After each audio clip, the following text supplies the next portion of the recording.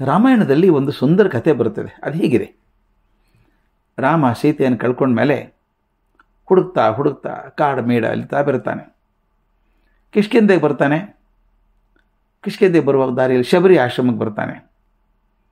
ಅವನಿಗೋಸ್ಕರ ಕಾಯ್ತಾ ತನ್ನ ಇಡೀ ಜೀವಿತಾವಧಿಯನ್ನು ಕಳೆದಿದ್ದಾಳೆ ಆ ಭಕ್ತೆ ಶಬರಿ. ಪಾಪ ಆಕೆ ಭಕ್ತಿ ಅಯೋಧ್ಯ ರಾಮನ ಹೆಡಮುರಿಗೆ ಕಟ್ಟಿ ಎಳ್ಕೊಂಡು ಬಂದಿದೆ. ಇಲ್ಲಿ ಅವನನ್ನು ಕಂಡು ಧನ್ಯಳಾದಂಥ ಶಬರಿ ತನಗಿರುವಂಥ ಮಿತಿಯಲ್ಲಿ ಆತಿಥ್ಯ ನೀಡ್ತಾಳೆ. ರಾಮನಿಗೆ ಒಗರಾಗಿರೋ ಹುಳಿಯಾದ ಹಣ್ಣು ದೊರೆಯದಿರಲಿ ಅಂತ ಹೇಳಿ ತಾನೇ ತಿಂದು ಸಿಹಿಯಾಗಿದೆ ಅಂತ ಖಾತ್ರಿ ಮಾಡಿಕೊಂಡು ಹಣ್ಣು ಕೊಡ್ತಾಳೆ. ಈ ಭಕ್ತಿ ಪ್ರವಾಹದೊಳಗೆ ತಾನು ನೀಡ್ತಾ ಇರೋದು ಎಂಜಲು ಅನ್ನೋದಕ್ಕೆ ಹೊಳೆಯಲ್ಲ. ಶ್ರೀರಾಮ ಕೂಡ ಅದನ್ನು ಲಕ್ಷ್ಯ ಮಾಡದೆ ಸ್ವೀಕರಿಸ್ತಾನೆ, ಭಕ್ತಿಗೆ ಪುರಸ್ಕಾರ ಕೊಡ್ತಾನೆ. ಆಗೊಂದು ಘಟನೆ ನಡೀತದೆ. ಒಂದು ವಿಷಯ ನಾನು ಹೇಳಬೇಕಿಲ್ಲಿ. ವಾಲ್ಮೀಕಿ ರಾಮಾಯಣದಲ್ಲಿ ಈ ಎಂಜಲು ಬೋರೆ ಹಣ್ಣು ಕೊಡೋದು ಇಲ್ಲ. ಮುಂದೆ ಯಾರೋ ಸೃಷ್ಟಿ ಮಾಡಿದ್ದು ಅದನ್ನು. ಆದರೆ ಚೆಂದಾಗಿದೆ, ನೆನಪಿಟ್ಕೊಳ್ಳೋ ಚೆನ್ನಾದು. ಆದರೆ ವಾಲ್ಮೀಕಿ ರಾಮಾಯಣದಲ್ಲಿ ಎಂಜಲು ಬೋರೆ ಹಣ್ಣು ಕೊಟ್ಟು ಅಂತ ಇಲ್ಲ ಅದರೊಳಗೆ. ಅದು ಮೂಲ, ವಾಲ್ಮೀಕಿ ರಾಮಾಯಣ ನಮ್ಮ ರಾಮಾಯಣದ ಮೂಲ ಅದು. ಆದರೆ ಈ ಚೆನ್ನಾಗಿದೆ, ತತ್ವ ಚೆನ್ನಾಗಿದೆ. ಅಂದರೆ ತನ್ನ ದೇವರಿಗೆ ಕೆಟ್ಟದಾಗಿದ್ದನ್ನು ಕೊಡಬಾರ್ದು ಅಂತ ತಿಂದುಕೊಟ್ಲು ಅಂತ, ಭಗವಂತ ಕೊಡೋದನ್ನು ಸ್ವೀಕರಿಸದ ಅನ್ನುವಂಥದ್ದು ಒಂದು ಒಳ್ಳೆಯ ಕಲ್ಪನೆ. ಅದಾದ್ಮೇಲೆ ಒಂದು ಘಟನೆ ಏನಾಗುತ್ತೆ ಅಂದರೆ, ಶ್ರೀರಾಮ ಆಶ್ರಮದ ಸುತ್ತಾಡುವಾಗ ಅಲ್ಲಿ ನೋಡಿ ಕೆಲವು ಹೂ ಕಾಣಿಸ್ತವೆ. ಆಶ್ಚರ್ಯ ಹೂವು, ಎಂದೆಂದೂ ಬಾಡೋದಿಲ್ಲ ಮತ್ತು ಯಾವಾಗಲೂ ಪರಿಮಳ ಬೀಸುವಂಥ ಹೂಗಳು. ಅವನು ಹೇಳ್ತಾನೆ, ಇದಂಥ ಹೂ ಇದು, ಎಂದೂ ಕೇಳಿರಲಿಲ್ಲ, ಕಂಡಿರಲಿಲ್ಲ, ಎಲ್ಲಿಂದ ಬಂದು ಇವು ಅಂತ ಕೇಳ್ತಾನೆ. ಆಗ ಶಬರಿ ಹೇಳ್ತಾಳೆ, ರಾಮ, ಈ ಹೂಗಳಿಗೊಂದು ದೊಡ್ಡ ಇತಿಹಾಸ ಇದೆಯಪ್ಪ, ಅದನ್ನು ಹೇಳ್ತೇನೆ ಕೇಳು ಅಂತಾಳೆ. ಆಕೆ ಹೇಳಿದಂಥ ವಿವರ ಭಾಳ ಸುಂದರವಾದದ್ದು. ರಾಮ, ಈ ಆಶ್ರಮ ಮಾತಂಗ ಋಷಿಗಳದ್ದು. ಅವ್ರ ಹತ್ರ ಕಲಿಯೋದಕ್ಕೆ ಅನೇಕ ಶಿಷ್ಯರು ಬರ್ತಾಯಿದ್ರು. ಅವರೆಲ್ಲ ಆಶ್ರಮದಲ್ಲಿ ಕೆಲಸ ಮಾಡಬೇಕಾಗಿತ್ತು. ಮಳೆಗಾಲ ಬರ್ತಿದ್ದಂತೆ ಶಿಷ್ಯರೆಲ್ಲ ಕಾಡಿಗೆ ಹೋಗಿ ಒಣ ಕಟ್ಟಿಗೆ ತಂದು ಸಂಗ್ರಹಿಸಿಡಬೇಕು. ಆ ಕಟ್ಟಿಗೆನೇ ಬೇಕಲ್ಲ ಉರುವಲಿಗೆ. ಮಳೆಗಾಲದಲ್ಲಿ ಒಣ ಕಟ್ಟಿಗೆಯಲ್ಲಿ ಸಿಗ್ತದೆ. ಆದರೆ ಶಿಷ್ಯರಿಗೆ ಸೋಮಾರಿತಾನೆ. ಗುರುಗಳು ಎಂದೂ ಬಾಯಿ ಬಿಟ್ಟು ಹೇಳೋರಲ್ಲ. ಶಿಷ್ಯರು ಕೂಡ ಮುಂದೂಡ್ತಾ ಬಂದರು. ಒಂದು ದಿನ ಮಾತಂಗ ಋಷಿಗಳು ಬೆಳಗ್ಗೆ ಎದ್ದು ಹೆಗಲ ಮೇಲೆ ಕೊಡ್ಲಿ ಹಾಕ್ಕೊಂಡು ಕಾಡಿಗೆ ಹೋದರು.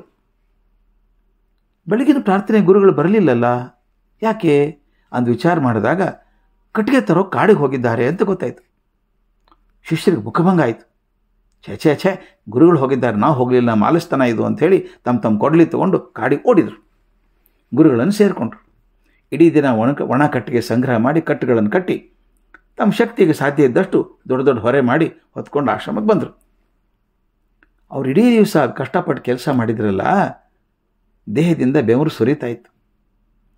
ಅವ್ರು ಹೊರೆ ಹೊತ್ತು ಆಶ್ರಮಕ್ಕೆ ಬರುವಾಗ ಎಲ್ಲೆಲ್ಲಿ ಅವರು ಬೆವರು ಹನಿ ಬಿದ್ದುವೋ ಅಲ್ಲೆಲ್ಲ ಈ ಪರಿಮಳಯುಕ್ತವಾದಂಥ ಹೂಗಳ ಬಳ್ಳಿಗಳು ಹುಟ್ಟಿದ್ದಾವೆ. ಇವು ಆ ಶ್ರಮದ ಬೆವರಿನಿಂದ ಬಂದ ಹೂಗಳು, ಎಂದೂ ಬಾಡೋದಿಲ್ಲ ಅಂತ ಹೇಳಿದ ಶಬರಿ. ಎಷ್ಟು ಚಂದಪ್ಪ, ನನಗಿದು ಅನಿಸುತ್ತೆ. ನಮ್ಮ ಸಂಸ್ಕೃತಿಯ ಮೂಲ ಸ್ರೋತ ರಾಮಾಯಣ. ಅದು ಎಂಥ ಸಂದೇಶಗಳನ್ನು ಕೊಡ್ತಾ ಇದೆ ನೋಡಿ ನಮಗೆ. ಅಂದರೆ ಏನರ್ಥ? ಕಲ್ಪನೆ ಅದು. ಅವರ ಬೆವರಿಂದ ಬಂದಂಥ ಹೂಗಳು ಎಂದೂ ಬಾಡೋದಿಲ್ಲ, ಸದಾ ಪರಿಮಳವನ್ನು ಕೊಡ್ತದೆ ಅಂತ. ಅಂದರೆ ನಮ್ಮ ಪ್ರಾಮಾಣಿಕವಾದ ಪರಿಶ್ರಮದಿಂದ ಬಂದ ಯಾವ ಕೆಲಸ ಕೂಡ ಸುಂದರ ಆಗ್ತದೆ, ಶಾಶ್ವತ ಆಗ್ತದೆ. ಎಷ್ಟು ಅದ್ಭುತ ಅಲ್ವಾ? ನಮ್ಮ ದೇಶದ ನೀರುಗಳಲ್ಲಿ ಯಾವುದು ಅತ್ಯಂತ ಪವಿತ್ರ? ಗಂಗೆನಾ, ಯಮುನೆನಾ, ಗೋದಾವರಿ, ಕೃಷ್ಣ, ತುಂಗಭದ್ರ, ಯಾವುದು? ಅಥವಾ ಸಪ್ತ ಸಮುದ್ರದ ನೀರ?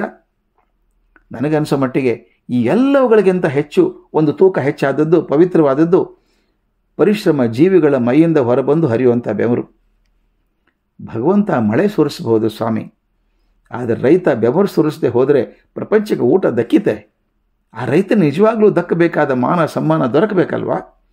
ಆತನ ಬೆವರಿನಿಂದಾನೇ ನಾವು ಊಟ ಮಾಡೋದು ಇವತ್ತು. ಅದರಿಂದ ಆ ಶಬರಿ ಹೇಳಿದ ಹಾಗೆ ಮಾತಂಗ ಋಷಿಗಳ ಮೈಯಿಂದ ಬಂದಂಥ ಬೆವರಿನಿಂದ ಬಿದ್ದು ಹೊರೆಯಿಂದ ಬೆಳೆದಂಥ ಹೂವು ಯಾವಾಗಲೂ ಬಾಡೋದಿಲ್ಲ, ಯಾವಾಗಲೂ ಸುವಾಸನೆ ಕೊಡ್ತದೆ. ಹಾಗೆ ನಮ್ಮ ರೈತ ದುಡಿದಂಥ ಬೆವರಿನಿಂದ ಬೆಳೆದಂಥ ಧಾನ್ಯದ ಕಾಳು ನಮ್ಮನ್ನೆಲ್ಲ ಕಾಪಾಡ್ತಾ ಇದೆ. ಅವನು ನಿಜವಾಗೂ ಸಮ್ಮಾನ ದೊರಕಬೇಕು.